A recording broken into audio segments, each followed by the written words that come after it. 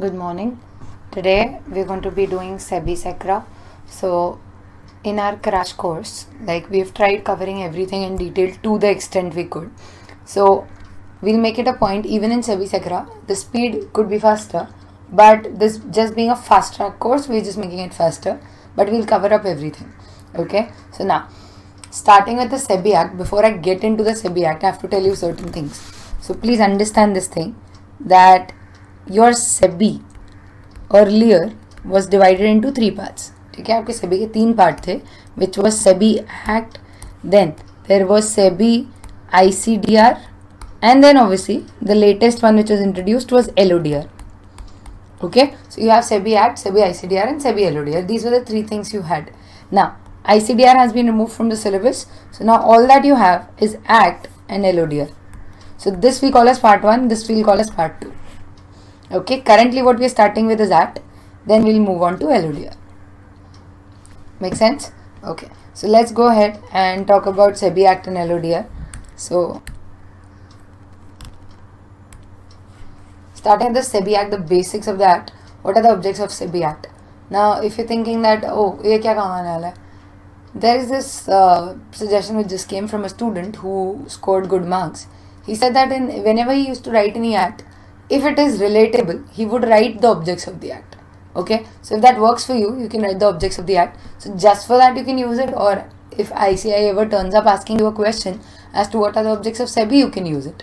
Okay, so let's start with objects of SEBI. The first object, if you see, these are very ancillary things. Protection of interest of investor, promoting orderly and healthy growth, regulation of securities market, promoting the fair dealings of the issuer, regulating and developing a code of conduct for fair practices and monitoring the activities of stock exchange.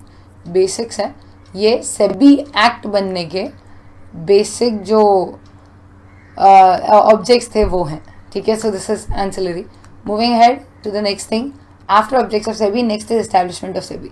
SEBI is a board, okay, but SEBI board establish करने का power CG के पास था. Okay, so CG establish SEBI. तो वो चाहते तो as a board बना सकते थे, बट उन्होंने उसको एज अ कंपनी बनाया. Because in today's world if you see, हर कोई लिमिटेड लाइबिलिटी की बात कर रहा है. So if I want to start a business today, I go for limited liability. If I want to do something like if I want to start up a stock exchange is limited liability. तो यहाँ जहाँ सब limited liability है, तो पूरे market का जो head है वो क्यों अनलिमिटेड लाइबिलिटी ले. सो उन्होंने क्या किया, while making SEBI they could have made just as a board, instead of that they incorporated as a company. Okay, so once a company is incorporated, then वो जो उसमें चल रहा है दैट इज SEBI, जिसका खुद का लिमिटेड लाइबिलिटी भी है. Okay, so establishment of SEBI is the power of CG, जो उन्होंने as a body corporate establish किया with perpetual succession and all. So if you see, CG is empowered to set up SEBI by a notification. SEBI has been established as a body corporate with perpetual succession and common seal. Common seal if you like ma'am, वो अभी कहाँ होता है? SEBI 1956 के act में incorporate हुआ था. वहाँ पे there used to be everything. Okay, so next, it has powers to acquire and dispose of property, both movable, immovable, to contract and sue and be sued. This is all एक normal company के powers. Okay, this is all basics going on. So we'll move ahead and talk about the next things. Okay, अब आते हैं काम की थोड़ी चीज़ों पे, which is management of SEBI. Guys, please understand, SEBI जो है ना, SEBI के कुछ members हैं. I just want you to remember this. SEBI जो है ऑब्वियसली बोर्ड है, तो एक चेयरपर्सन होएगा, वन चेयरपर्सन एक ही होता है, एक से ज़्यादा होता नहीं है. So there be one chairperson. Then moving ahead, you will have 2 members of central government. If you thinking CG का बंदा इधर क्या कर रहा है, CG का बंदा इधर ये कर रहा है कि इफ़ यू अंडरस्टैंड, कंट्री के सारे पावर CG के होते हैं. ओके, तो जब सारे पावर CG के हैं, तो सिक्योरिटीज मार्केट भी CG का पावर है, जो उन्होंने SEBI बना के उसको डेलीगेट कर दिया. ओके, तो अब अगर हमारा पावर हमने उस ग्रुप को डेलीगेट किया, तो हमारे भी तो कुछ लोग होंगे ना वहाँ पे. ठीक है, so that is the reason CG के 2 लोग होंगे. एक मेंबर है RBI का. RBI का मेंबर क्यों? इन्फ्लेशन की जिम्मेदारी RBI की है. सो मार्केट में कहाँ मनी फ्लो कितना है, उसका RBI को हिसाब रखना होता है. फॉर विच RBI का एक मेंबर यहाँ है, who will inform RBI up to the money flow in the market, because securities market से ज़्यादा मनी फ्लो कहीं नहीं है. And lastly, if you see, सोच के देखो गाइस, इन चारों में से काम करता हुआ कौन दिख रहा है तुम्हें? कोई नहीं. तो we'll have 5 other members, and in 5 other members में से minimum 3 should be whole time members. Okay, 5 other members, out of which minimum 3 should be full-time members. So balance 2 part-time. They could be part time, they could be full time also ना, या ठीक है. So this is all about it. So moving ahead, so ये है आपके सेबी का management. Okay, so सबसे पहले starting with this constitution. Constitution में अगर आप देखो, there is a chairman, then there are 2 members by CG, 1 of RBI and 5 others, out of which 3 will be whole time. Okay, so if like समझा तो बहुत बढ़िया, नहीं समझा सिर्फ एक कंफ्यूजन जो हो सकता है, जो students come up to me saying ma'am exam में ना हम थोड़ा कंफ्यूज हो गए कि सीजी के 2 लोग थे या आरबीआई के 2 लोग थे. So then I tell you, एक तरीका है याद रखने का, सीजी के 2 लोग थे, 2 of सीजी ऐसे, that does not mean RBI के 3 थे, सीजी के 2 थे. Make sense. Moving ahead, management. The general superintendents direction, the whole management का power vest in the board. Board मतलब सेबी इज अ बोर्ड, और उस बोर्ड के पास सारे पावर्स हैं. ठीक है, तो इफ यू अंडरस्टैंड, वो जो सारे पावर्स की हम बात कर रहे हैं वो बोर्ड के पास. तो अगर तुम सोचो एक मेंबर अकेले पावर एक्सरसाइज करना चाहे, so they can not do it. If a member tries to exercise all the powers alone, he can not do it. Okay, so just in that case, अगर कोई बोले मेरे को अकेले करना है, तो वो इकलौता इंसान जो कर सकता है वो है chairperson. Chairperson has all the powers of SEBI. वो चाहे तो सेबी के सारे पावर्स अकेले एक्सरसाइज कर सकता है, which has been given to him for emergency. If there are certain things which have to be decided and a meeting etcetera can not be called, so chairperson अकेला can take all the decisions on behalf of SEBI. Other than that, पूरा powers vest in board. So if you see this, general superintendents direction and management of the affairs shall vest in board, and the chairperson shall also have power of general superintendent's direction of affairs. members कौन होंगे? वो होंगे जिनमें ability हो, capacity हो, understanding हो, ऐसे matters के साथ कभी डील किया हो. This people will become members. Is this okay? Moving ahead, अब जा रहे हैं हम नेक्स्ट पावर्स ऑफ सेबी पे. सेबी के ना 4 पावर्स हैं, 11A, 11B, 11C, 11D. हो सके तो चारों के सेक्शंस याद रखना है, because it's easier when the chapter has hardly some sections, उसके तो हम याद रख ही सकते हैं. ओके, सो उसी क्राइटेरिया में हम इसके भी सेक्शंस याद रख रहे हैं. ठीक है, so talking about 11A, 11B, 11C, 11D. Please understand guys क्या है ये. Talking about 11A. 11A सबसे पहले है power of CG, power of SEBI to regulate the issue of prospectus in India. India में अगर प्रोस्पेक्टस इशू करना है, सेबी रोक सकता है, ऑब्वियसली रोक सकता है, क्योंकि वही है जो अलाउ कर सकता है. So SEBI has the power to restrict issue of prospectus in India. Is this okay? तो इंडिया में अगर प्रोस्पेक्टस इशू हो रहा है, उसको रेस्ट्रिक्ट कर सकते हैं, उसमें क्या इंक्लूड करना है लिख सकते हैं, कौन इशू करेगा कौन नहीं करेगा, सब कुछ सभी बता सकता है. That falls under 11A. हम ऑब्वियसली डिटेल में जाएंगे, but for now next is 11B. To issue, if you thinking ओहो फास्ट ट्रैक था, देखा इसमें डिटेल नहीं बताया, we going to go on to it, so just relax. We just speed has been increased, content will be covered all, has to be ना. ठीक है, so next 11B, to issue directions. अब issue directions क्या है? If you understand, अगर सेबी चाहे तो सेबी अपने मार्केट के किसी भी मैटर में कोई भी डायरेक्शन इशू कर सकता है, कोई रोक लेगा उसको? मेरे को बताओ कौन है जो सेबी को रोक रहा है?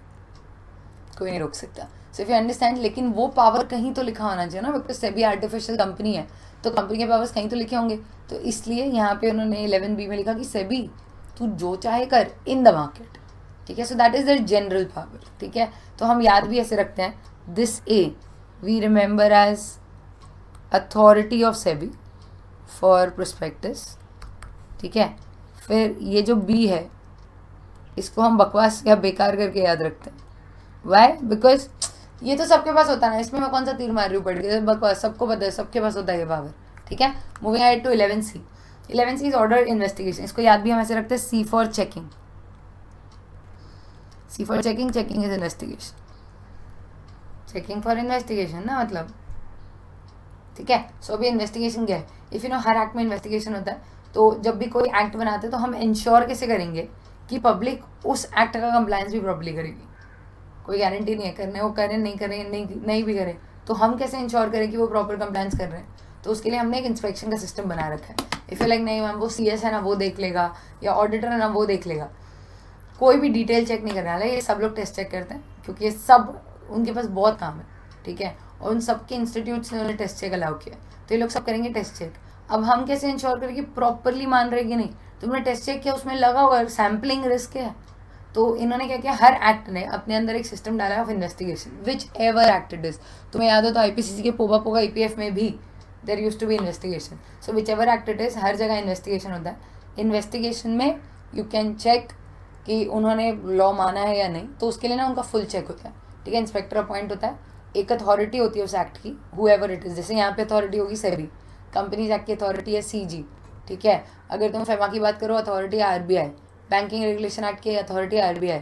इंश्योरेंस एक्ट की अथॉरिटी है इरडा, ठीक है। सिर्फ यू अंडरस्टैंड, जो भी अथॉरिटी है वो एक इंस्पेक्टर को अपॉइंट करेगी और इंस्पेक्टर उनकी पूरा इंस्पेक्शन करेगा, ठीक है। अब वो इंस्पेक्शन के लिए सारे रूल्स लिखे 11C में। And then moving ahead 11D is cease and desist proceedings. If you understand, cease and desist सुना होगा। सीज एंड डेसिस्ट इज जब कोई कुछ गलत करने वाला हो उससे पहले उसे रोक देना, ठीक है। सो इफ यू अंडरस्टैंड, पूरा मार्केट तो सीज एंड डेसिस्ट पे ही चलता है। आपने सर्किट सुना होगा, सर्किट फिल्टर सर्किट ब्रेकर, ठीक है, विच इज़ अगर आपके शेयर में कोई बहुत ज़्यादा वॉलेटिलिटी होती है, ठीक है, तो हमें नहीं पता आप क्या कर रहे हो, कितना अननेसेसरी सी नॉर्मल वॉलेटिलिटी तो 5% हो जाती है, किसी का बहुत ही आज कुछ अच्छा हो गया 10% हो जाती है, 20% वॉलेटिलिटी नहीं होती, ठीक है, अनलेस कुछ गड़बड़ ना हो, ठीक है, या फिर कुछ बहुत बड़ा कांड हो गया हो।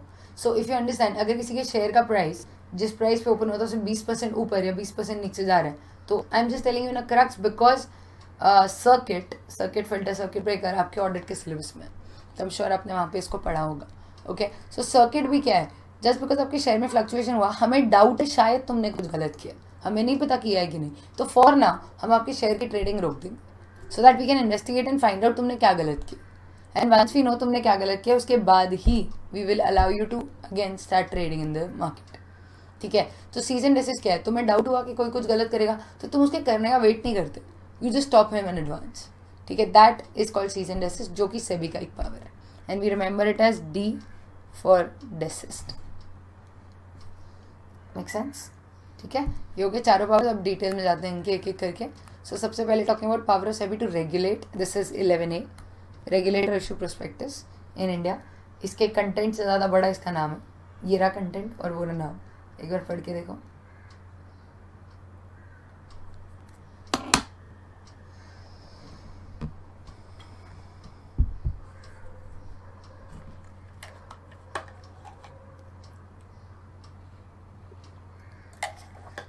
I hope it made some sense to you. Does it? Okay. So now if it has made any sense to you, let's go ahead. So power ये बस ये कि नया शेयर इशू करना है, ट्रांसफ़र करना है वगैरह, वो सेबी का पावर है, okay. Now moving ahead to 11B। B if you remember मैं रखा था बेकार issue directions. So if you read this you will understand ऐसा क्यों था।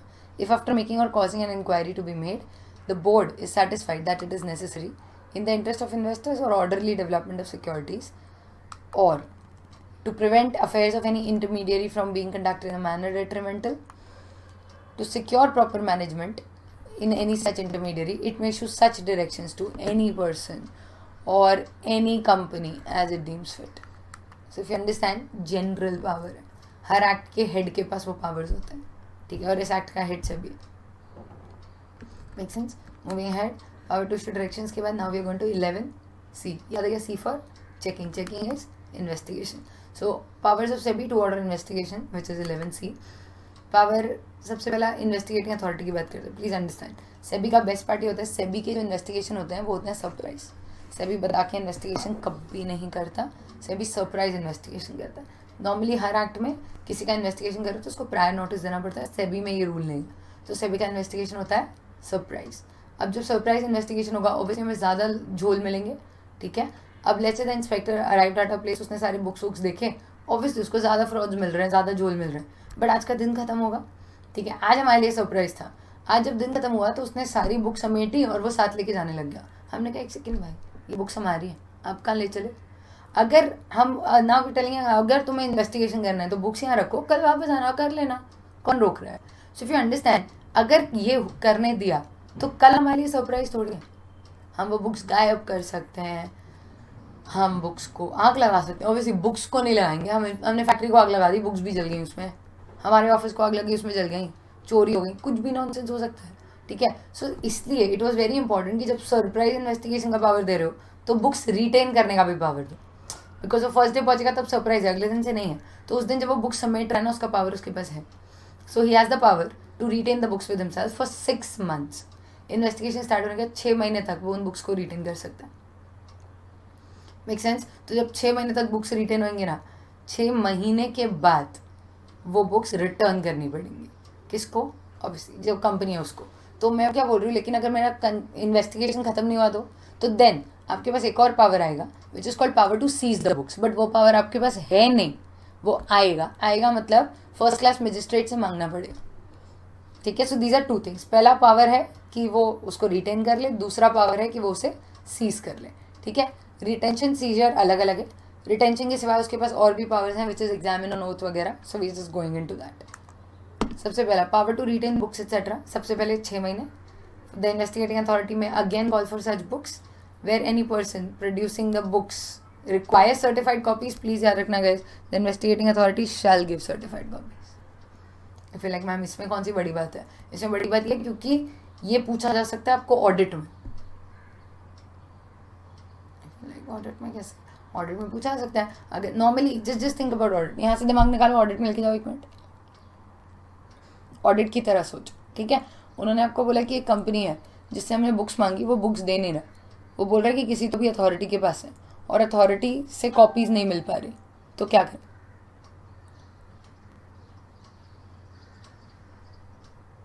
अथॉरिटी से अगर कॉपीज नहीं मिल पा रही तो क्या करें? सो वी नॉर्मली राइट ना, अदर ऑडिट प्रोसीजर्स, दूसरे एविडेंस देख लो, और फिर कुछ नहीं हो पाए तो क्वालिफाइड ओपिनियन दे दो। जबकि अगर उन्हें बोला कि सेबी ने बुक सीज किए हैं किसी कंपनी के, सेबी के इंस्पेक्टर ने, नाउ क्या रिटेन किए हैं, तो क्या? तो अपना answer can not be disclaimer, तो अपना answer has to be 1 second. तो उससे मांगो क्योंकि ही शैल गिव कॉपीज, उसको देना ही पड़ेगा। So you can't right disclaimer, क्योंकि जब ICAI ऑडिट का पेपर लिखवाता है ना तुमसे, वो मानता है तुमने लॉ पढ़ा है। Is this okay? Moving ahead, power number 2 is power to examine on oath. Examine on oath is जब आप किसी का स्टेटमेंट लेते हो, you take it in writing, you read it out to the person, वो सुनने के बाद वो उसको साइन करना है ना। This works as an evidence in court. Okay? Admissible होता है, कंक्लूसिव तो ऑब्वियसली कुछ नहीं होता। ठीक है? So power to examine on oath, so any officer he can examine on oath, any officer employee he has the power to take notes on examination. This is what I told you, notes लोगे, उसके बाद you'll read it out to the person, उसके बाद he will sign it. Is this okay? This can be used in the court against him. Next, powers of investigating authority, पहला वाला था retain, दूसरा वाला है seizure. सीज कब करोगे? जब पहले 6 महीने खत्म हो जाएंगे, उसके बाद सीज करना पड़ेगा। सीज करने का पावर आपके पास है नहीं, कौन देगा? First class magistrate. ठीक है? तो फर्स्ट क्लास मजिस्ट्रेट से वो पावर मांगना पड़ेगा, and once they give you that power, उसके बाद आराम से वो बुक्स रखो अपने पास जब तक इन्वेस्टिगेशन खत्म ना हो जाए। Is this okay? जब इन्वेस्टिगेशन खत्म हो जाएगा उसके बाद obviously you can give the books back, लेकिन जब रिटर्न करोगे बुक्स तो उसको बताना पड़ेगा जिससे पूछ के तुमने सीज किए थे। किसे पूछे थे? First class magistrate. तो उसको इन्फॉर्म करना पड़ेगा well returning the books you can place identification marks on them, and during that period also जब तुमने सीज किया है, कोई मांगे तो देना पड़ेगा copies. Okay? So an application to the magistrate. Now please ये वर्ड याद रखना, अगर the inspector has grounds to believe that the books if return could be altered, mutilated, falsified, secreted or destroyed. ये actually I have told this many times in class कि अगर legal language लिखें क्या, अरे तुम लिख भी नहीं पाओगे। तुम ना ये जो भारी भारी वर्ड्स होते ना, भारी भारी,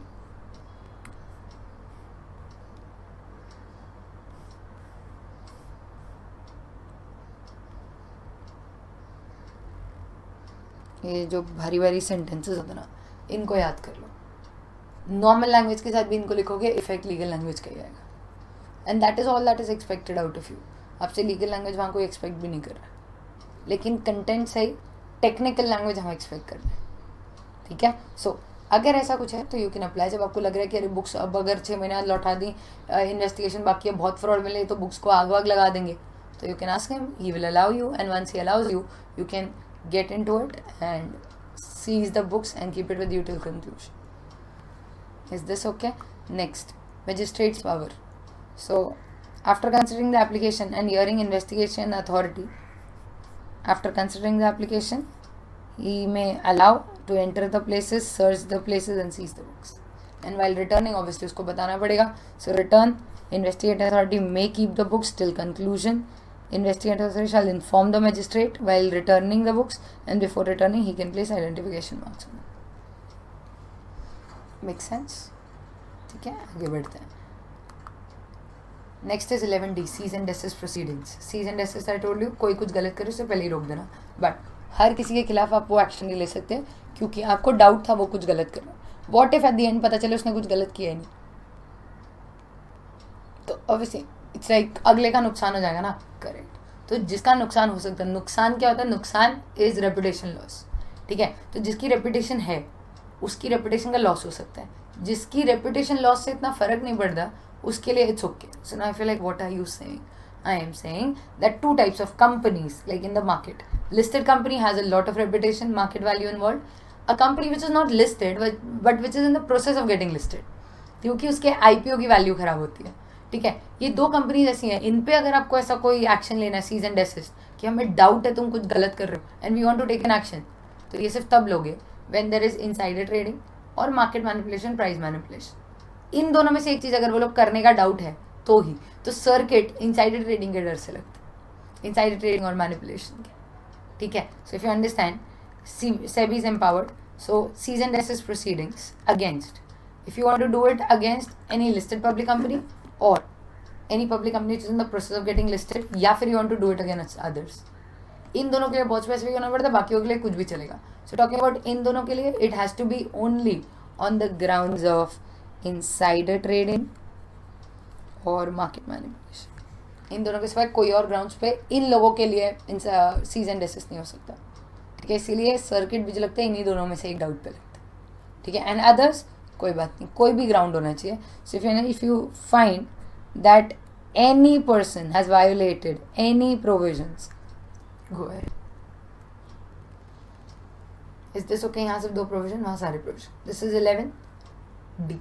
मूविंग अहेड, अब आगे बढ़ते हैं. We are going for procedure for adjudication.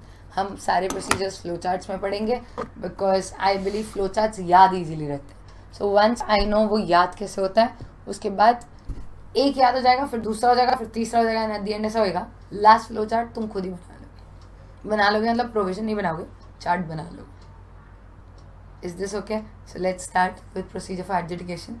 यहाँ का जो फर्स्ट अथॉरिटी है इज कॉल्ड AA. सेबी में एडजुडिकेशन प्रोसीजर की first authority is adjudicating authority. इसका जो ऑर्डर आएगा यहाँ से स्टोरी स्टार्ट होगी. ठीक है, ये ऑर्डर देगा कि भाई आपको ये पेनल्टी है या व्हाटएवर, ये इम्प्रिजनमेंट है. हम ये चेक करेंगे whether we are satisfied or not.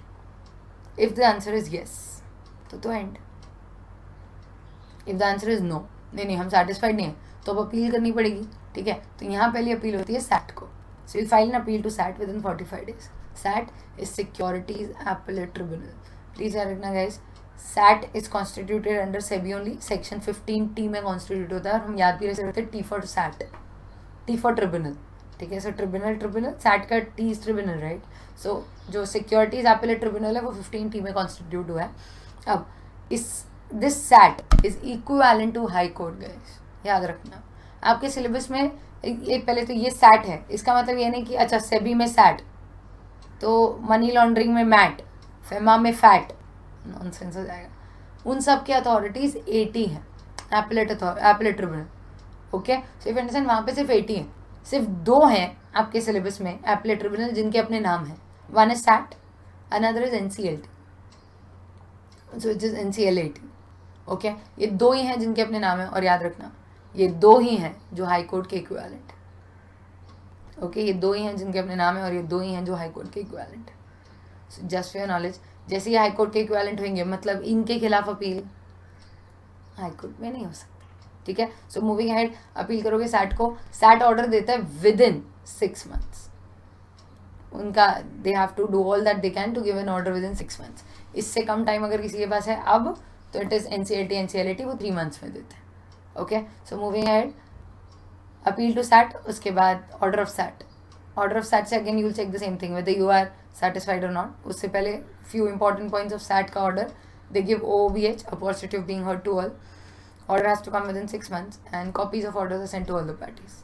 ठीक है, with this order you will check whether you are satisfied or not.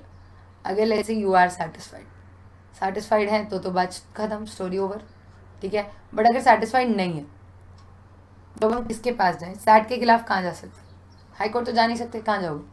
Supreme court. But I hope you know, high court supreme court जाने से पहले question of law है या question of fact check करना पड़ता है, ठीक है। सिर्फ एक एक्ट है तुम्हारे सिलेबस में जिसमें इस बात से कोई फर्क नहीं पड़ता कि लॉ है act, which is money laundering. उसके सिवाय क्वेश्चन ऑफ लॉ है या क्वेश्चन ऑफ फैक्ट है, इससे फर्क पड़ता है, ठीक है। So question of law, let's say the answer is no, ओहो it is question of fact, तो बात यहीं खत्म हो जाएगी, सो एंड। लेकिन if it is question of law तो किसके पास चले? Supreme court. सुप्रीम कोर्ट के पास you will go within 60 days, okay. उसके बाद आएगा order of supreme court which will be final and binding. इससे भी अगर तुम संतुष्ट नहीं हो तो कहाँ जाओगे? फिर घर जाओ अपने। इफ लाइक मैम प्रेसिडेंट होता है, प्रेसिडेंट तो मर्सी पिटिशन के लिए होता है, यहाँ कोई किसी को फांसी पर नहीं लटका रहे, okay. So just don't go to president each time. So procedure for adjudication done. Moving ahead, आगे बढ़ते हैं। So let's talk about the next thing which is composition, compounding of offences. नए आपका जो भी सिलेबस रिड्यूस हुआ उसमें company law से ऑब्वियसली कंपाउंडिंग निकल गया था, इसलिए अब यहाँ का कंपाउंडिंग और ध्यान से पढ़ना, बिकॉज अब दो ही जगह है, यहाँ और FCRA में। FCRA foreign contribution regulation act, ठीक है। तो बस दो ही जगह है, यहाँ पे है और FCRA में। Is this okay? ठीक है, आगे बढ़ते हैं। So next, compounding of certain offences. Compounding कैसे होएगा? ऑफेंसेस पहले तो कंपाउंडेबल नॉन कंपाउंडेबल दो टाइप के होते हैं। पहले तो कंपाउंडिंग होता क्या? कंपाउंडिंग दो टाइप की होती है। एक होता है जब आप फाइन्स मर्ज कर दो, ठीक है। अगर मैंने 4 ऑफेंस कर दिए, मतलब हो गए गलती से, तो 4 की बड़ी बड़ी पेनल्टी है विच आई कांट पे, तो आप मर्ज करके एक ऐसी पेनल्टी बना दो विच आई कैन पे, तो आई कैन रिक्वेस्ट देम कि भाई प्लीज़ मेरे लिए कंपाउंडिंग कर दो। एक टाइप। दूसरा टाइप का कंपाउंडिंग इज जब भी इम्प्रिजनमेंट और फाइन होता है, ठीक है। आपको दोनों में से कुछ भी मिल सकता है। My question to you is, आपके हिसाब से ज़्यादा रेपुटेशन किस में जाएगी, इम्प्रिजनमेंट में या फाइन में? इम्प्रिजनमेंट में। तो कंपाउंडिंग एक और टाइप का होता है where we can request them कि भाई सुनो ना, हमें इम्प्रिजनमेंट मत देना, हमें फाइन दे दो। रिक्वेस्ट है, कोई गारंटी या हक नहीं है तुम्हारा, रिक्वेस्ट है कि इम्प्रिजनमेंट की जगह फाइन दे देना। उससे ऑब्वियसली पनिशमेंट तो हो ही जाएगा, लेकिन आपका रेपुटेशन लॉस बच जाएगा, ठीक है। So in that case these are the 2 types of compounding. अब मुझे एक बात बताओ, सिर्फ फाइन है तो हम मर्ज करा सकते हैं, so that's called compoundable, okay. Imprisonment और फाइन है तो हम रिक्वेस्ट कर सकते हैं फाइन की जगह, इम्प्रिजनमेंट की जगह फाइन दे देना, even that is if you understand compoundable. लेकिन अगर इम्प्रिजनमेंट एंड फाइन तो तुम उससे मांगने क्या जाओगे? भगवान की कृपा से तुम्हें दोनों मिल गए, ठीक है। So in that case you can go to them. इसलिए इट इज़ वेरी इंपॉर्टेंट कि आप याद रखो कंपाउंडेबल क्या होता है, नॉन कंपाउंडेबल क्या होता है। So if you understand what can be compounded is fine only, और इम्प्रिजनमेंट और फाइन और बोथ। ये ऑफेंस कंपाउंड हो सकते हैं, लेकिन अगर इसमें अगर आपको बोथ मिला तो नहीं हो पाएगा, ठीक है, क्योंकि वो एज गुड एज एंड हो गया, ठीक है। सो नॉन कंपाउंडेबल फिर क्या हुआ? Imprisonment only is not compoundable, क्योंकि आप ऐसे थोड़ी बोल सकते हो उसमें 2 साल की सजा, उसमें 5 साल, उसमें 10 साल, एक काम कर लमसम 10 में सिल डालो, कैन नॉट हैवन। क्योंकि जब इम्प्रिजनमेंट है तो that is to teach you a lesson, तो वो तो पूरी करनी ही पड़ती, okay. Next is imprisonment and fine which is not compoundable, ठीक है। Moving ahead, when to go for compounding, you can go at any time. Normally इंसान कंपाउंडिंग के लिए कब जाएगा? जब डिसीजन आ गया, ठीक है, कि हाँ चल मेरे को इतना फाइन हो गया, तो मैंने बोला अच्छा बाबा का क्लब कर दो, या एंड में आई से ना अच्छा ठीक है मेरे को इम्प्रिजनमेंट मत दो, फाइन दे दो। पहले कौन बोलेगा? बट देव सेड हमको पता है तुम आफ्टर तो बोलोगे। So if you see this, they clearly written you can do after the prosecution also, लेकिन they also allowed before and during. If you see before और ड्यूरिंग क्यों अलाउ किया? कोर्ट के हेल्प के लिए। सो इफ यू अंडरस्टैंड, इसमें क्या होता है, अगर कोई इंसान स्टार्टिंग से, मेरे को तो मालूम ही है ना कि एग्जाम्पल मैंने कोई कांड किया, मेरा जो पार्टनर था उसमें वो फंस गया, ठीक है, और उसके पास सारे एविडेंस है कि मैं भी गिल्टी हूँ, तो मुझे तो पता ही है ना मैं फंसने वाली हूँ, तो I can go before also. Make sense ना? लेट्स से स्टार्टिंग मेरे को पता था इनके पास मेरे खिलाफ कोई प्रूफ नहीं है, I am going to win this case. मैं एकदम रिलैक्स बैठी हूँ। धीरे धीरे जब केस आगे बढ़ा तो ड्यूरिंग द प्रोसिक्यूशन मुझे समझ में आया, ओहो हो अब तो हम गए, तो अब आई कैन अप्लाई।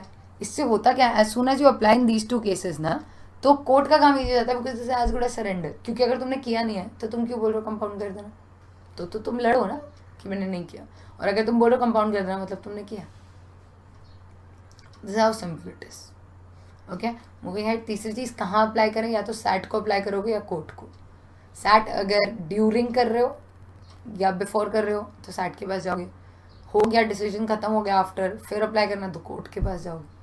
ठीक है, तो सैट और कोर्ट फिर proceeding submit. Is this okay? Now moving ahead to the next one which is power to grant immunity. अब कंपाउंडिंग और इम्यूनिटी बहुत आसपास चलता है, सो ध्यान से समझना. ठीक है, कंपाउंडिंग इज हमने कोई गलती कर दी, उसकी सज़ा होनी है तो कोई ढंग की सज़ा देना प्लीज़, जो हम सर्व कर सकें. वेराज इम्यूनिटी इज मैंने कुछ किया ही नहीं, मैं बिना बात फंसने वाला हूँ इसमें, मुझे प्लीज़ बचा लो. ठीक है, कंपाउंडिंग दे रहा था सैट, इम्यूनिटी देगा सेंट्रल गवर्नमेंट. ओके, तो आपको सीजी के पास जाना है और इम्यूनिटी मांगनी है. Is this okay? जब आप सीजी के पास जाओगे और आप इम्यूनिटी मांगोगे तब वो आपसे सबसे पहले ये पूछेगा कि एक बात बताओ, have you heard chyawanprash gives immunity? Have you heard it? या अभी खाना नहीं है but have you heard it? या तो मुझे एक बात बताना, च्यवनप्राश कब खाना चाहिए, बीमार पड़ने के पहले या बीमार होने के बाद? पहले. इम्यूनिटी पहले ली जाती है, बाद में तो क्योर किया जाता है. ठीक है, have you heard prevention is better than cure? तो इम्यूनिटी इज प्रिवेंशन. ठीक है, तो हुआ क्या है, मेरे को ऐसा लग रहा है कि मैं ना एक प्रोसिक्यूशन जो मेरे खिलाफ स्टार्ट नहीं हुआ, क्योंकि स्टार्ट हो गया उसके बाद आई कांट टेक इम्यूनिटी, क्योंकि फिर तो हम बीमार हो चुके हैं ना. ठीक है, so immunity is something that will help you to prevent yourself from something. Okay, तो हुआ क्या है, फॉर एग्जाम्पल ऐसे मेरे 2 फ्रेंड्स हैं. ओके, उन फ्रेंड्स क्या है, मतलब 2 ऐसे लोग हैं जिनको मैं प्रोफेशनली जानती हूँ. तो एक दिन मैं एक को मिली थी, एक की कंपनी थी, तो वो मेरे पास आया और उसने मेरे को बोला कि हमारी एक कंपनी है और हम ना कोई अच्छा मर्चेंट बैंकर ढूंढ रहे, आपकी नज़र में कोई हो तो बताना, हमको इशू लाना है अपना. मैंने कहा ठीक है, उन्होंने अपना कार्ड दिया, मैंने रख लिया. मैं तो इनको ठीक ठाक ही जानती थी, ज़्यादा तो जानती नहीं थी. Next day I went to another get together. वहाँ मुझे एक बंदा मिला, बोला मैं एक मर्चेंट बैंकर हूँ, कोई कंपनी हो वो IPO वाली तो बता देना. मैंने कहा ओहो, मैंने वो वाला कार्ड इनको चिपका दिया. मैंने कहा आप उसमें बात कर लो. 6 महीने बाद मुझे पता चला इन दोनों मिलकर मार्केट में बहुत बड़ा करोड़ों का स्कैम कर दिया. Now the problem is as soon as see this, मुझे पता है जिस दिन ये दोनों पकड़े जाएंगे ना, इनसे सबसे पहले पूछा जाएगा how do you know each other, और उसमें फंसूंगी मैं. इफ़ यू अंडरस्टैंड इसमें मेरी क्या गलती थी, लोगों को इंट्रोड्यूस ना कराऊँ. सो इफ़ यू अंडरस्टैंड मेरी जो गलती है उसके लिए मेरी कोई बड़ी सज़ा हो सकती है, बट और कुछ नहीं तो इस केस में पूरी ज़िंदगी तो घिसना ही पड़ेगा. ठीक है, so in that case what I can do is before वो मेरे पास आए, मतलब वो जब पकड़े जाएंगे तब वो मेरे पास आएंगे, मैं सामने सीजी के पास जा रही हूँ कि सीजी सुनो मेरी बात. हुआ यह है कि ऐसे ऐसे वो दोनों फ्रेंड्स, वो ऐसे था, एक जगह मिला था, एक जगह मिला था, मैंने इंट्रोड्यूस करा दिया और अब मैं फंसने वाली हूँ, प्लीज़ मुझे बचा ले. अगर सीजी को सही लगा, सीजी मुझे इम्यूनिटी देगा. Immunity is like a cover to me. जब जो इन दोनों के साथ हो रहा होगा उस प्रोसिक्यूशन में, वो मेरे साथ नहीं होगा क्योंकि मेरे ऊपर सीजी का हाथ. ओके, बट हाँ, सीजी के पास जाना है तो पहली बात तुम कल कोर्ट के सीजी के पास चले जाओ. हाउ डज सीजी नो तुम कहाँ से आए यार? सीजी तो पूरे सारे एक्ट संभाल रहा है. So how is CG suppose to know तुम आ कहाँ से रहे हो? हायरार्की होती है ना, तो तुम्हें जाना है. ऑनेस्टली अगर तुम पूछो, तुम जाते हो सेबी के पास because SEBI has to make a reference for you. Okay, फिर so SEBI should make a reference, then you will have to go and give true and full information, true and full disclosure. जब आप ट्रू एंड फुल डिस्क्लोजर दे दोगे उसके बाद if SEBI satisfied will grant you the immunity.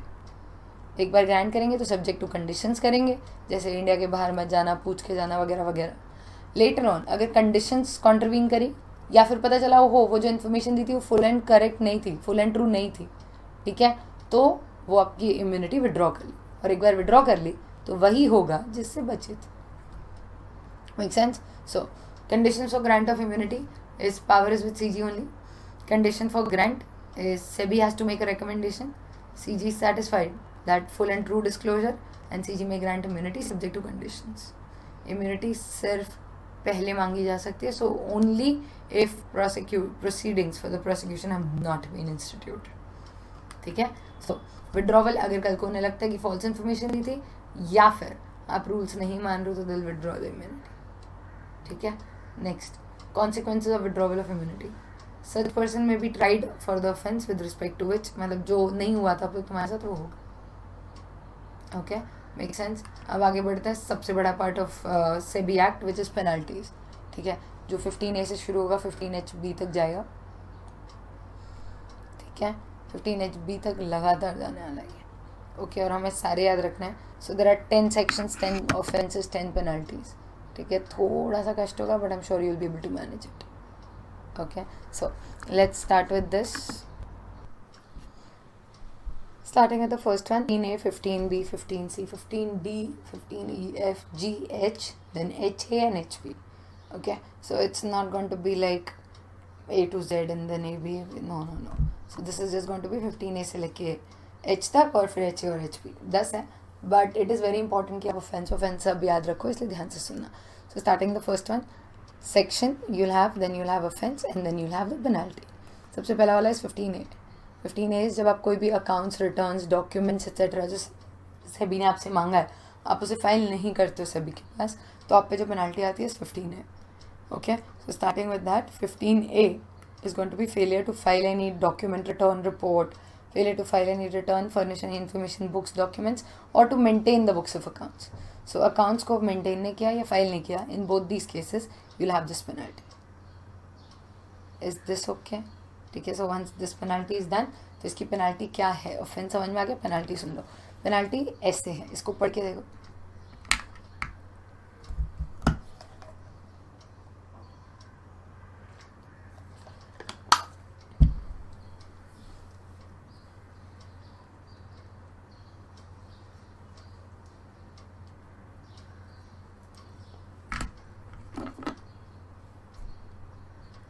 पढ़ा? सो ना, if you understand कि penalty ऐसे अगर हम याद रखने गए तो हम पागल हो जाएंगे, तो हमने ना इसका शॉर्टकट बनाया. इसका शॉर्टकट इज़ दिस, और अब हम इसी को पढ़ेंगे उसकी जगह. Okay, so we'll remember this only in that place. Okay, so ना, lower of 1 lakh per day और 1 crore. So 1 lakh, we will keep saying it 1 lakh per day और 1 crore whichever is lower. Is this okay? ये इसकी पेनल्टी है. अब 2-3 चीज़ें सुन लो जो बहुत काम आएंगी. यहाँ से लेके 15A से लेके 15 हमें जाना कहाँ तक है? HB तक. ठीक है, सो 15A से लेके ABCDEF 15F तक. F में 3 पेनल्टीज आएंगी उसके फर्स्ट तक. ठीक है, सो यहाँ से 15A से लेके 15F के फर्स्ट तक पेनल्टी सब जगह सेम है. 1 लाख पर डे और 1 crore whichever is lower. पहली चीज़. दूसरा, सिर्फ 15F के फर्स्ट तक विच एवर इज लोअर है, उसके बाद सब कुछ whichever is higher. Make sense? So उस हिसाब से आगे बढ़ते हैं. So how do we remember it? हर अल्फ़ाबेट का अपना एक लॉजिक होएगा. So if you understand, this is all accounts related. ठीक है, अकाउंट्स, रिटर्न्स, डॉक्यूमेंट्स मेंटेन नहीं किया, फाइल नहीं किया, so this is all accounts related. Accounts related की सारी चीज़ें एक जगह. ओके, ठीक है. So now moving ahead with the next one, coming to 15B. ना 15B की अगर हम बात करें, 15B we remember as B is not for broker. ठीक है, B is not for broker. तो ना इट्स लाइक ब्रोकर को छोड़ के और कोई. Correct. B is not for broker. Broker को छोड़ के मार्केट का दूसरा मिडल मैन कौन होता है? ब्रोकर को छोड़ के मार्केट का दूसरा मिडल मैन कौन है? इंटरमीडियरी. ठीक है, so now this one is for intermediary. तो ऐसे याद नहीं रखते हैं, we'll come to it. So failure by an intermediary. क्या किया है intermediary? Intermediary fails to enter into agreement with client. उसकी penalty is 1 lakh per day और 1 crore whichever is lower. ठीक है, how do we remember this? We remember it this way. Intermediary हो या broker हो, है तो मिडल मैन. ठीक है, broker, B is not for broker, तो ब्रोकर को छोड़ के दूसरा middle man is intermediary. Middle man Hindi में a person who is in between two people. दो लोगों के बीच में जो इंसान होता है उसको मिडल मैन बोलते हैं, जो कि इंटरमीडिएट और ब्रोकर दोनों होते हैं. ठीक है, बीच में लिख सकते हो, बीच का लिख सकते हो, डिपेंडिंग ऑन आपका दिमाग कितना पढ़ाई के टाइम पे इधर उधर नहीं जाता. ठीक है, so if you understand, 15B we remember as बीच में. Moving ahead to 15C. C we remember as company defaults. Okay, हुआ क्या है, कंपनी ने किसी इन्वेस्टर के ग्रीवेंस रिड्रेस नहीं किए. ठीक है, और ये कोई आम इन्वेस्टर नहीं है, ये ऐसा इन्वेस्टर है जो कंपनी के पास आया था, रिड्रेस करो. कंपनी का ज़्यादा तरह से बहुत आते हैं विच इज़ नॉर्मल. वो चला गया सेबी के पास. सेबी ने उसका एक ग्रीवेंस सुना और बोला ओहो यू गॉट अ पॉइंट, तेरा ग्रीवेंस तो रिड्रेस होना चाहिए. और फिर उसने सेबी ने इसको बोला कंपनी को कि रिड्रेस करो, और फिर भी नहीं किया, तब है offence. So normal investor grievance redress नहीं करना is no offense, but not redressing grievance of an investor called up by SEBI is an offense. ठीक है, जिसकी पेनल्टी 1 लाख पर डे और 1 करोड़ विच इज लोअर. इसको याद रखते हैं हम C for company, company defaults करके. Make sense? आगे बढ़ते हैं. Coming to 15D. ये थोड़ा बड़ा है, थोड़ा इंपॉर्टेंट है. This one is only for CIS people. CIS is collective investment scheme वाले लोग. ठीक है, हम इसे याद भी रखते हैं. कलेक्टिव इन्वेस्टमेंट, पहले तो याद रखो कि 15D सिर्फ कलेक्टिव इन्वेस्टमेंट स्कीम वालों के लिए. ठीक है, और उसमें भी कलेक्टिव इन्वेस्टमेंट स्कीम वाले ने या तो धोखा दिया या डिफ़ॉल्ट कर दी, धोखा दिया और default, I know the grammar is wrong, से डिफ़ॉल्ट कर दी, ओके। सो धोखा दिया और डिफ़ॉल्ट कर दी क्यों? क्योंकि वो ऐसा है, कर दी इज लाइक, और उसको कर दी बोलना, उसको कार्ड ही नहीं बोलना, ओके। धोखा दिया और डिफ़ॉल्ट कर दी, व्हाट एग्जैक्टली इज दिस? धोखा दिया एक ऑफेंस है और डिफ़ॉल्ट 5 चीज़ों में कर दी। CRDI इस 5 चीज़ें जिसमें डिफ़ॉल्ट करता है। CIS is collective investment scheme which is mutual funds, okay. So moving ahead, क्या है एग्जैक्टली? सबसे पहले धोखा दिया मतलब, I know you can read it, सुन तो लो। सबसे पहले धोखा दिया मतलब आपने you carrying on a collective investment scheme. तो अगर आपको पता हो कोई म्यूचुअल फंड या कलेक्टिव इन्वेस्टमेंट स्कीम अगर चलाना है तो तुम्हें ना पहले सेबी से परमिशन लगती है। So to register yourself with SEBI, only then you can call yourself CIS, ठीक है। तो अगर तुम पब्लिक को बोल रहे हो हम CIS हैं, हम CIS हैं, हम CIS हैं, जबकि तुम रजिस्टर्ड ही नहीं हो सेबी के पास, तो तुम तो पब्लिक को धोखा दे रहे हो ना। अगर तुमने फिर हेरा फेरी देखी हो, उसमें जो पूरा सीन है वो धोखा दे रहे हैं ही है ना, कि हम कलेक्टिव इन्वेस्टमेंट स्कीम चला रहे हैं, 21 दिन में डबल, 1 करोड़ लाके, all those things. So that is CIS। लेकिन CIS वो होता है जो सेबी के पास रजिस्टर होता है। So if you are running a CIS without registering with SEBI, तो तुम पब्लिक को धोखा दे रहे हो कि हम CIS हैं, जबकि तुम हो ही नहीं। तो दैट इज फर्स्ट वन, धोखा दिया। या फिर डिफॉल्ट कर दी, default in 5 things. As a CIS you have defaulted in complying with provisions, applying for listing of your shares, returns and refund, ठीक है। पब्लिक को जो रिटर्न्स प्रॉमिस किया वो नहीं दिया, या टाइम पे रिफंड नहीं दिया। D इज, उनको पता है, आई don't know if you know this, mutual fund accounting अगर तुमने पढ़ा तो पता होगा, वहाँ पे शेयर कैपिटल नहीं होता, यूनिट कैपिटल होता है, ठीक है। वैसे ही वहाँ शेयर सर्टिफिकेट नहीं होता, यूनिट सर्टिफिकेट होता है। तो एक बार कोई आपके पास इन्वेस्टमेंट करे तो उसको यूनिट सर्टिफिकेट भेजने की जिम्मेदारी आपकी है। So if you fail to send unit certificate तो भी, so D is dispatch, failure to dispatch unit certificate, and I is to invest, पैसा लिया क्यों? इन्वेस्ट करने के लिए। So 5 default in complying with the provisions, applying for listing, returns, dispatch of unit certificate, and I invest, ठीक है। penalty 1 lakh per day, 1 crore whichever is lower. So if you see, just you can read this, you will see the 5 offenses also.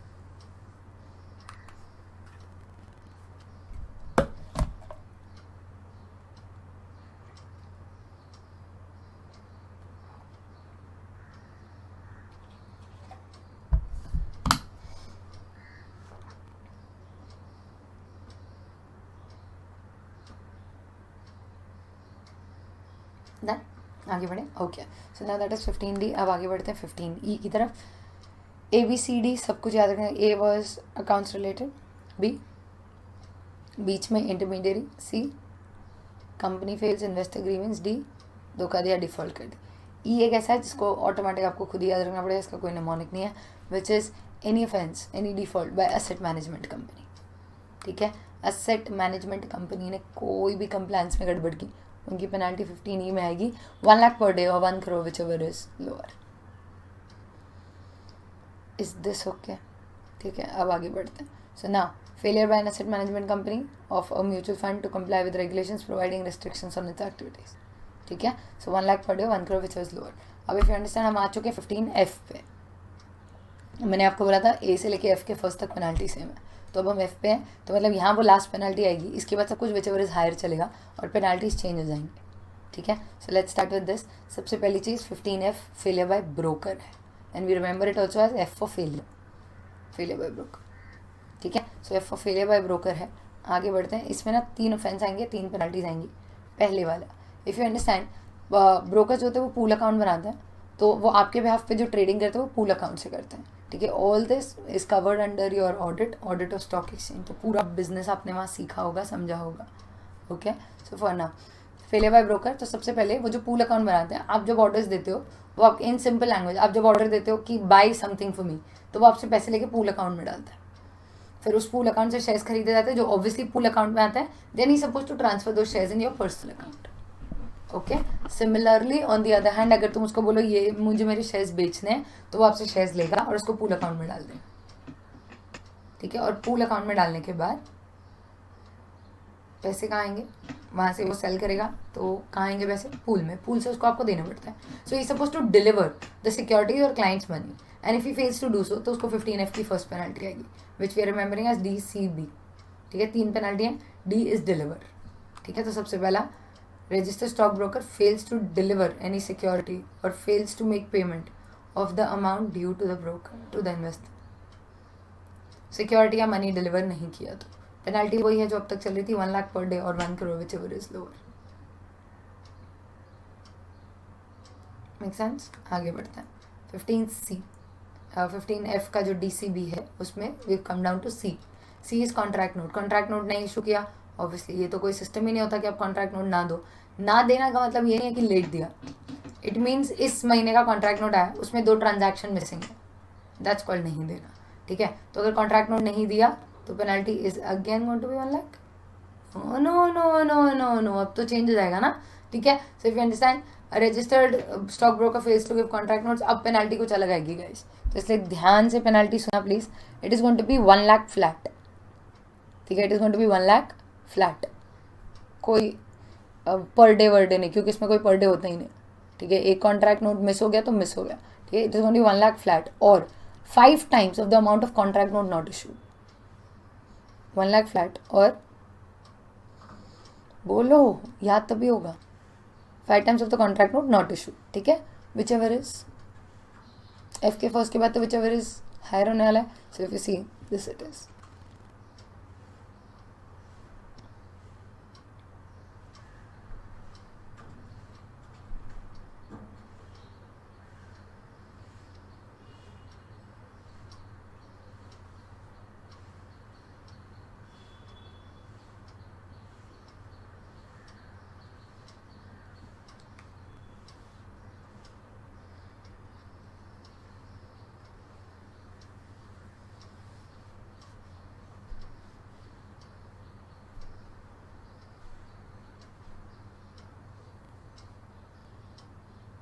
Done.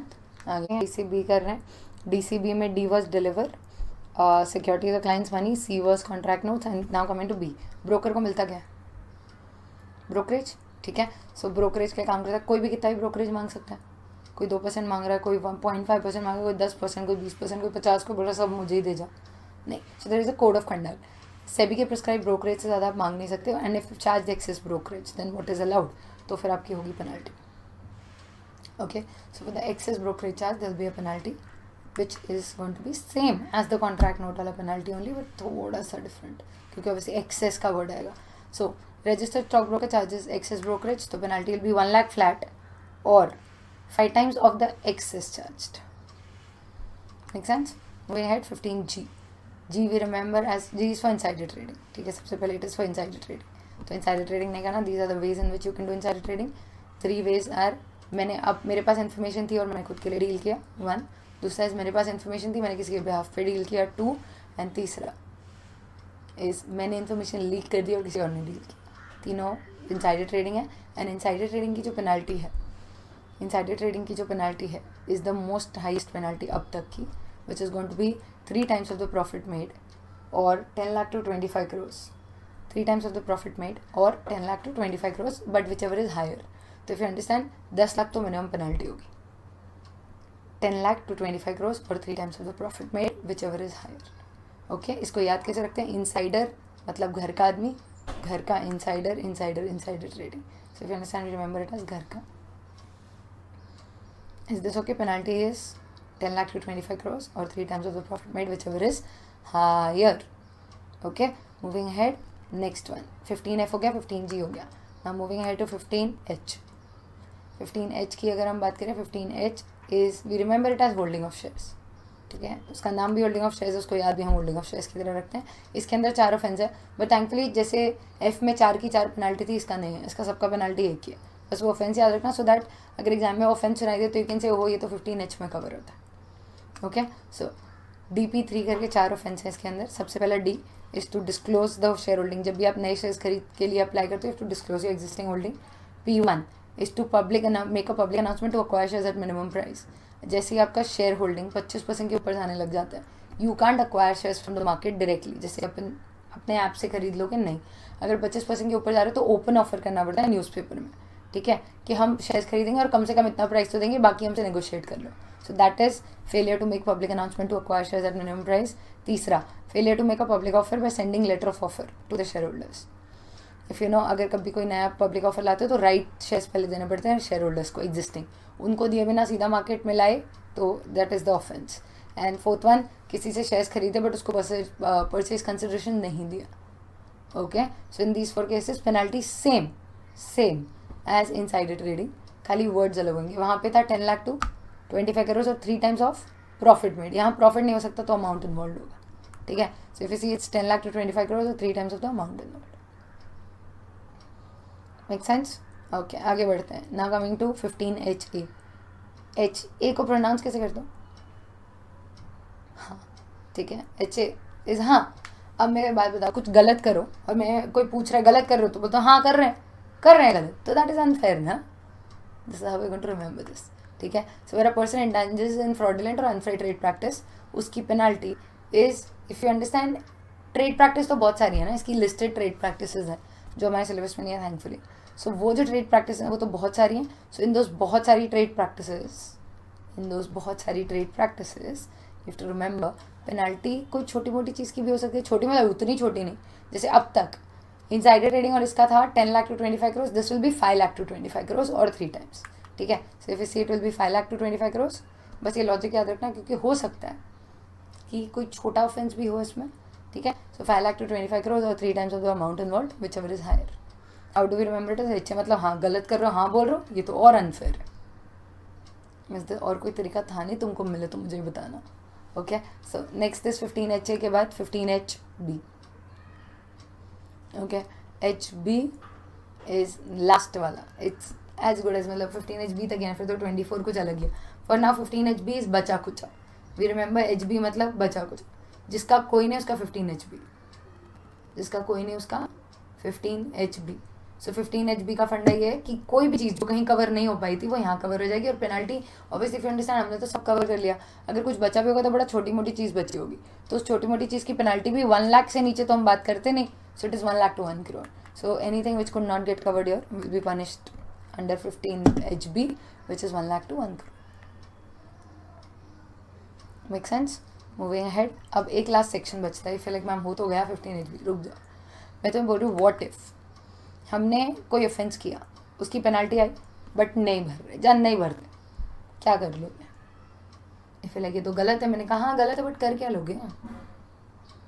मैं fine नहीं भर रही, jail में डाल दोगे. ठीक है, और जेल में डालने का प्रोविजन तो चाहिए. तो दैट इज 24 कि अगर किसी को कोई पेनल्टी अट्रैक्ट होगी और नहीं भरा तो अब 24 की पेनल्टी लगेगी. And this first of all 24 का penalty is in addition to other penalties. 24 में there is imprisonment which is 1 month to 10 years.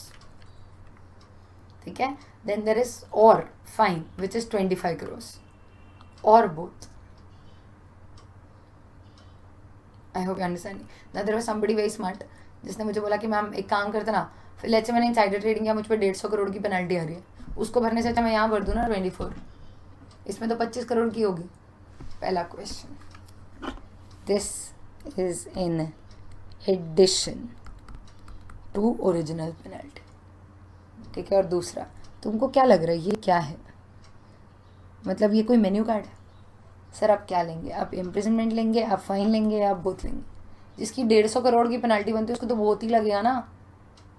So please remember, ऐसा कोई टैक्स प्लानिंग नहीं चल रहा है इधर. ठीक है, and so this ends the part 1 of SEBI. Part 2 क्या है? LODR. LODR के लिए obviously you will need your text books also, so open your text books please. Okay, so now in your book this must be your LODR. LODR is the last part for now of your the whole SEBI. SEBI gets over after this. उसके बाद we'll have to do SCRA. Okay, so let's talk about LODR. It is more technical, so it would be very important that you learn the language also. So these are broad features of SEBI LODR, so that's okay, that's normal. Moving ahead, common obligations of listing entities. यहाँ से it is going to be very important, इसलिए ध्यान से सुनना. सबसे पहला is compliance officer. Every listed company must have a compliance officer whole time. And if you understand, तुमने company law में ये बात ऑलरेडी पढ़ रखी है. कंपनी लॉ अगर तुम रिकलेक्ट करो तो तुमने ऑलरेडी कंपनी लॉ में एक होल टाइम CS का प्रोविजन पढ़ा है जो एक लिस्टेड कंपनी को चाहिए ही होता है. So if you understand, these just coincide with each other and ultimately एक ही रखा जाएगा. ऐसा नहीं है कि सेबी का एक और उसका एक. इनको कंप्लायंस ऑफिसर चाहिए, वहाँ पे CS चाहिए विच वर्क्स टुगेदर. ठीक है, so and you have to get a qualified company secretary as the compliance officer. दूसरी चीज़ is share transfer agent. You must have, if you want to trade in India, you must have a share transfer agent or share transfer officer in India, without which it is not allowed. So these two are compulsory obligations for a listed entity. ठीक है. Next thing, sorry, corporate governance requirements with respect to subsidiary of listed entity. यहाँ फंडा ये है कि जो holding company है ना, जो होल्डिंग कंपनी है इसकी ना सब्सिडरी है. ओके, अब इसकी एक से ज़्यादा सब्सिडरी भी हो सकती है. Okay, just understand this thing. Holding company जो है ये है लिस्टेड, एंड जो सब्सिडरीज हैं ये अनलिस्टेड है. याद रखना, अगर एक सब्सिडरी इसकी लिस्टेड हुई, ठीक है, देन तो वो ऑलरेडी एलओडीआर मान रही है ना. So then we are not concern about it, we are concern about this unlisted subsidiaries. तो इन्होंने ये बोला कि होल्डिंग कंपनी को इन सब्सिडरीज में से पहले ये सेलेक्ट करना पड़ेगा कि मटीरियल कौन सी है. मटीरियल सब्सिडरी का डेफिनेशन इंड AS में दिया है. ओके, सो उसके हिसाब से let's say this is our material subsidiary. So currently we just talking about this, not about this. ठीक है, just for knowledge. So let's come back. So at least one independent director on the board shall be a director on the board of unlisted material subsidiary. तो यहाँ का एक director, यहाँ भी एक director होना चाहिए. यहाँ का एक ID यहाँ के बोर्ड पे होना चाहिए. He may or may not be the ID in the subsidiary. Okay. Next, second thing. The management of unlisted subsidiary shall periodically bring to the notice of board the statement of all significant transactions entered into the unlisted subsidiary. So if you understand, अब ये दोनों के लिए. Is it making some sense, guys? Please समझ लो. देखो, there are rules. There is a holding company. ठीक है, एक है इसकी लिस्टेड सब्सिडरी, एक है इसकी unlisted material subsidiary, and lastly तीसरी है इसकी unlisted subsidiary which is not material. ठीक है, ये होल्डिंग कंपनी तो ऑब्वियसली लिस्टेड है. फर्स्ट रूल इज यहाँ का एक ID इसमें डायरेक्टर होना चाहिए. ये इन दोनों के लिए नहीं है. दूसरा इज रिटर्न्स देने पड़ेंगे. ये रिटर्न्स दोनों अनलिस्टेड सब्सिडरी देंगे विद मटीरियल और नॉन मटीरियल. ठीक है. Next, listed entity shall not dispose of shares in its material subsidiary resulting in reduction of its share holding to less than 50% or cease the exercise of control over the subsidiary without. So basically, if you want to lose your hold on the subsidiary, उसके लिए you need SR except in cases where such. So let's keep it till here. So सबसे पहले you need SR without special resolutions here, except in cases where divestment is made as per court or tribunal. Court tribunal बोले तो obviously उसके order से होएगा. ठीक है. Second part, selling, disposing, leasing off of amounting to 20% of the assets. If you understand, हमने ना section 180 पढ़ा है, restrictions on powers of board. उसमें एक sale of undertaking है, which is exactly this. 20% अगर बेचा तो, so selling, disposing of 20% of the assets of material subsidiary shall require prior approval of shareholders by way of SR. So if you understand, यहाँ भी SR ही लगेगा. Unless it is CG ने बोला और करना पड़ रहा है, ट्रिब्यूनल ने बोला. Is this okay? Now moving ahead, quarterly compliances for listed company. Now इसमें सबसे important होने वाला है गाइस इनके टाइम लिमिट्स. ठीक है, सबसे इंपॉर्टेंट होगा इसका टाइम लिमिट. तो प्लीज़ टाइम लिमिट्स याद रखना. सबसे पहले क्वार्टरली कंप्लायंस में grievance redressal mechanism, you have to file with RSC on quarterly basis within 21 days from end of each quarter. Statement giving number of investor. Have you seen a trading account? Trading account में होता है opening balance, closing balance, purchases, sales. ठीक है, balance बचा हो net profit या net loss. ठीक है, so opening balance, purchases, sales and closing balance. Actually अगर तुम देखो ना, this is grievances, this is your grievances का trading account. If you like ये क्यों बोल रहे हो, see this. Statement giving number of investor complaints pending at the beginning, those receive during the quarter, dispose during the quarter and those remaining unresolved at the end. Opening balance, closing balance, purchases and sales. So अगर तुम इसको trading account बोल के याद रखोगे तो तुम्हें उसका कंटेंट याद रहेगा, otherwise you will be ending up writing general points. ठीक है. Next, regulation, other corporate governance requirements. Listed entity shall submit quarterly compliance report on corporate governance in the format specified within 15 days from the close of quarter.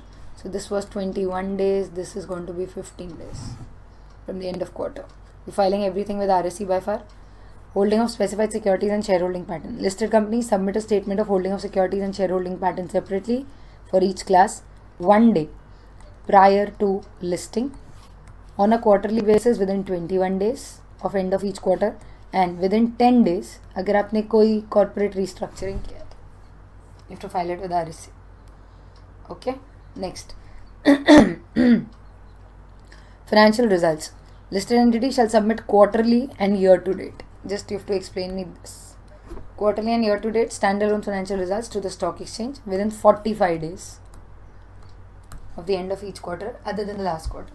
Before we get into it, what do you mean by year to date?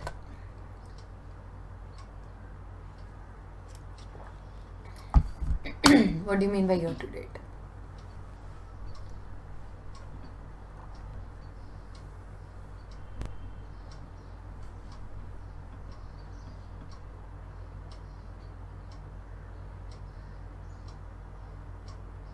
I'm waiting.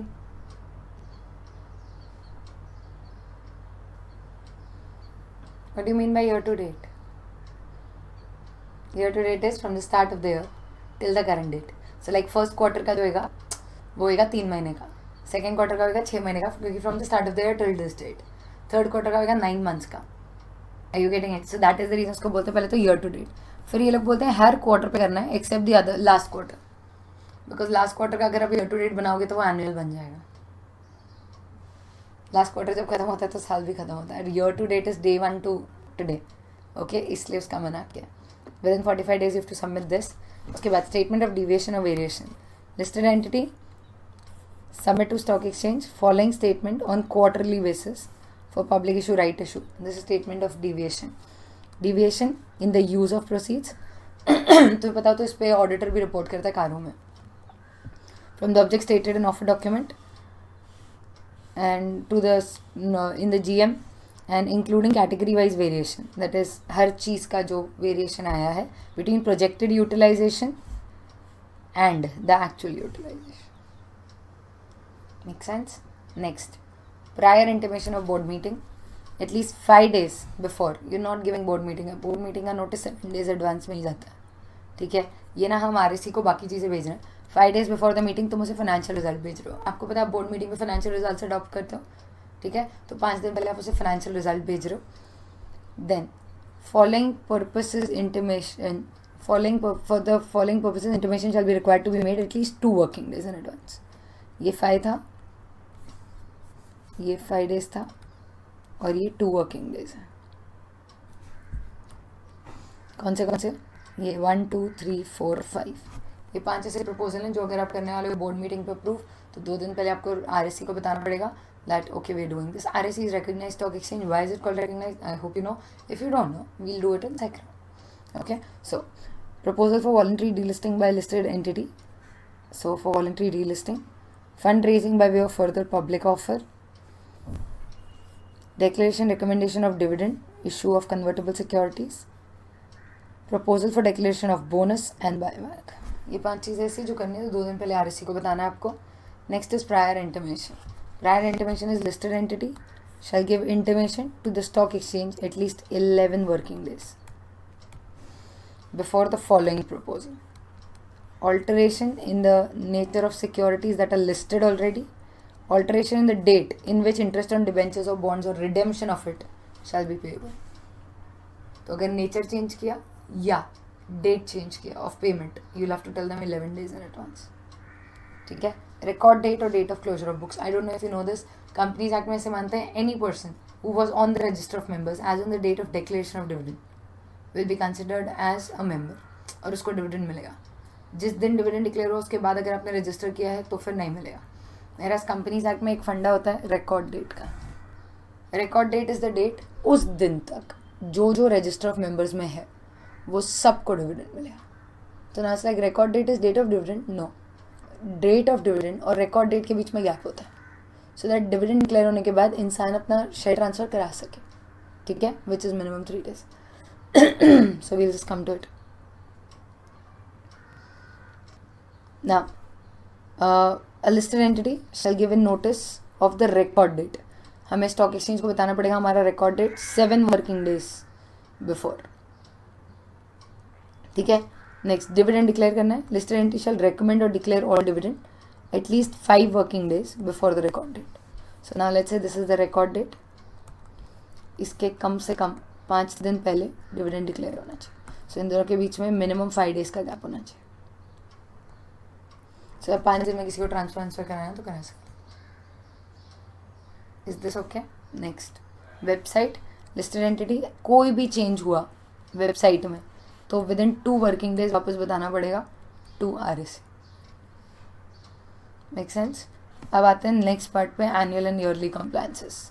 You have to follow certain compliances which are, सबसे पहला होगा financial result. Quarterly जितना बड़ा कुछ नहीं है, quarterly खत्म, majority खत्म.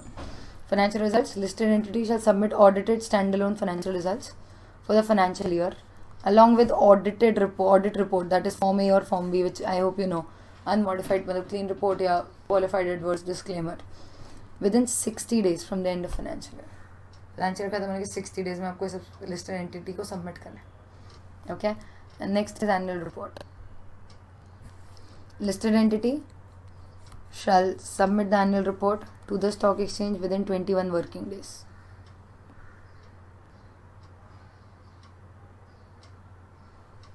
Of it being approved and adopted at AGM.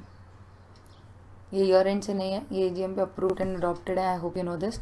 Audit जब पढ़ोगे तो आपको पता चल चुका होगा या पता चलेगा दैट ऑडिट में एनुअल अकाउंट जो ROC के पास फाइल होते हैं वो अप्रूव और अडॉप्ट नहीं भी हो AGM पे तो भी फाइल करने पड़ते हैं. यहाँ जब अडॉप्ट हो जाएंगे तभी फाइल होंगे. Okay. Next, documents and information to share holder. Listed entity shall send annual report to the security holders 21 days before the AGM. That is exactly what we do in a notice. Notice के साथ भेज देते हैं. ठीक है. Next, अब आते हैं रोल ऑफ कंप्लायंस ऑफिसर पे.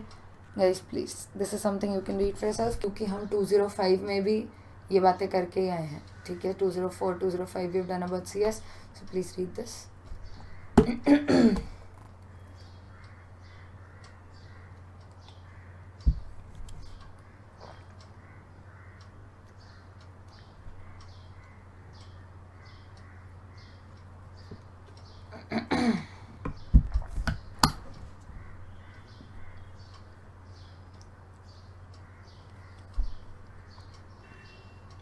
Done? Okay, next. Corporate governance. Approval for related party transaction through a resolution. Earlier it was special resolution under clause 49. Now it is ordinary resolution. You're not changing it. You're not changing it. If you see वहीं लिखा ना through a resolution. Once you say through a resolution, तो that means ordinary. तो उन्होंने ये reference दिया कि पहले special होता था. ठीक है. Next. All existing material related party transaction which prior to the date of notification which may continue beyond will be placed for approval of shareholders. ये transition provision है at the first GM subsequent to notification of these rules. अगर कोई pending है तो first GM पे approve करा लो. Okay. Next, compliance report. Following reports are to be submitted. Quarterly compliance within 15 days. Compliance report within 6 months of the end of financial year and annual compliance report. ठीक है.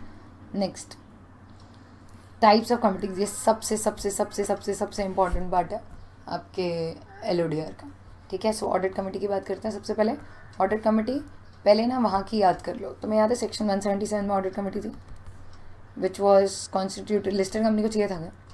Listed को तो हर चीज़ चाहिए होती थी. Then उसका constitution था. Minimum कितने डायरेक्टर्स थे? 3 directors, out of which majority have to be ID. ये था. और प्लस एक और था ना, majority have to be financially literate. याद रखना गाइस, अगर इन दोनों को साथ में लिंक नहीं किया ना आप बहुत बुरे फंस सकते हो एग्जाम में. अगर वो आपसे पूछ लें ऑडिट कमेटी अंडर LODR तो आप प्लीज़ SEBI एक्ट वाला नहीं लिख के आ सकते. ठीक है. और सॉरी, आप कंपनीज एक्ट वाला नहीं लिख के आ सकते. और अगर वो आपसे ये पूछ लें for an unlisted company audit committee तो क्राइटेरिया सेटिस्फाई होने के बाद आप ये वाला नहीं लिख सकते, वही लिखना पड़ेगा. तो इसलिए ध्यान से सुनना. ठीक है. So your every listed entity shall constitute. So this is same. First point. Then qualified and independent audit committee which shall have, audit committee shall have minimum 3 directors. Same. All good. Next, 2/3 of the members of audit committee shall be independent. यहाँ कितना था? Majority. So ये होएगा 2/3. ठीक है. Next, all members of audit committee shall B financially literate. वहाँ पे था मेजॉरिटी, यहाँ पे है ऑल. तो इतना तो हो गया bifurcation, like just to understand, distinguish. और भी बहुत सारे रूल्स हैं यहाँ पे. Chairperson has to be independent director and he should be present at AGM to answer all the questions. Company secretary of the company shall be the secretary of the committee. Then audit committee at its discretion can invite the finance director, CFO, etc. people to come and attend the meetings. Okay. Meetings of audit committee. Audit committee shall conduct at least 4 meetings in a year and not more than 120 days का gap. If you like हाँ ये मैंने पढ़ा है, तुमने board meeting में पढ़ा है, audit committee meeting में नहीं. ठीक है. Next. Quorum will be 2 members or 1/3, which is again same as that, whichever is greater, with at least 2 ID. ये नहीं था वहाँ पे. ठीक है. Audit committee shall have powers to investigate any activity within its term of reference. Next, nomination and remuneration committee. अगर वहाँ का वापस रिकलेक्ट करें, सेक्शन 178 था. ठीक है. मिनिमम डायरेक्टर्स कितने थे? पहले तो फर्स्ट क्राइटेरिया ऑब्वियसली लिस्टेड को चाहिए था क्या? सो लिस्टेड को चाहिए था. ठीक है. Minimum directors, if you remember this guys, minimum 3 non executive होते हैं यहाँ पे, नॉन एग्जीक्यूटिव डायरेक्टर्स. ठीक है. जिसमें से आईडी कितने? Majority, minimum half. ठीक है. और एक रूल था, chairperson of committee of the company can not be chairperson of committee. ठीक है. अब देखते हैं यहाँ क्या क्या है. द बोर्ड शैल कॉन्स्टिट्यूट, मतलब लिस्टेड के लिए है. Committee shall comprise of at least 3 directors. ओहो, यहाँ तो नॉन एग्जीक्यूटिव था, रुक जाओ. All directors shall be non executive, so this is same. Okay. At least 50% shall be ID, this is also same. Chairperson of nomination and administration committee shall be an independent director. Okay, we didn't know this, मतलब वहाँ नहीं था. ठीक है. Provided chairperson of the listed entity with the executive may be appointed as a member but not as the chairperson. So if you understand, ये वाला भी same है. तो यहाँ सब कुछ सेम है. Is this okay? Next, stakeholders relationship committee, जो वहाँ भी था यहाँ भी है. वहाँ पे होता था अगर 178 में only if you have more than 1000 stakeholders. ठीक है. Whereas यहाँ पे listed entity shall constitute. So if you understand, यहाँ पे it is always. Stakeholders relationship committee, chairperson shall be non-executive director. ये वहाँ भी था. Board shall decide other members. So this is same. Make sense? Risk management committee, the board, this is something different only. ये वहाँ था ही नहीं. Board of directors shall constitute a risk management committee. Majority of the members shall consist of members of board. So if you understand, मतलब बाकी के non directors भी हो सकते हैं इसमें. ठीक है. So if you understand, इसके बाजू में चाहिए तो लिख दो. This committee may have non-directors as members, but minority, because majority has to be directors. Okay. Next, chairperson of risk management committee shall be a member of board and senior executive of the listed entity may be members of committee. Make sense? Chairperson shall be director and senior executive may be members. Board of directors shall define the role and responsibility. Provisions of regulation regarding risk management committee shall be applicable to top 100 listed entities determined on the basis of market capitalization as at the end of the immediate previous financial year. Make sense? So this completes your LODR. Okay, now moving ahead, and the next chapter we're doing is SECRA. Okay, so let's get into SECRA, please.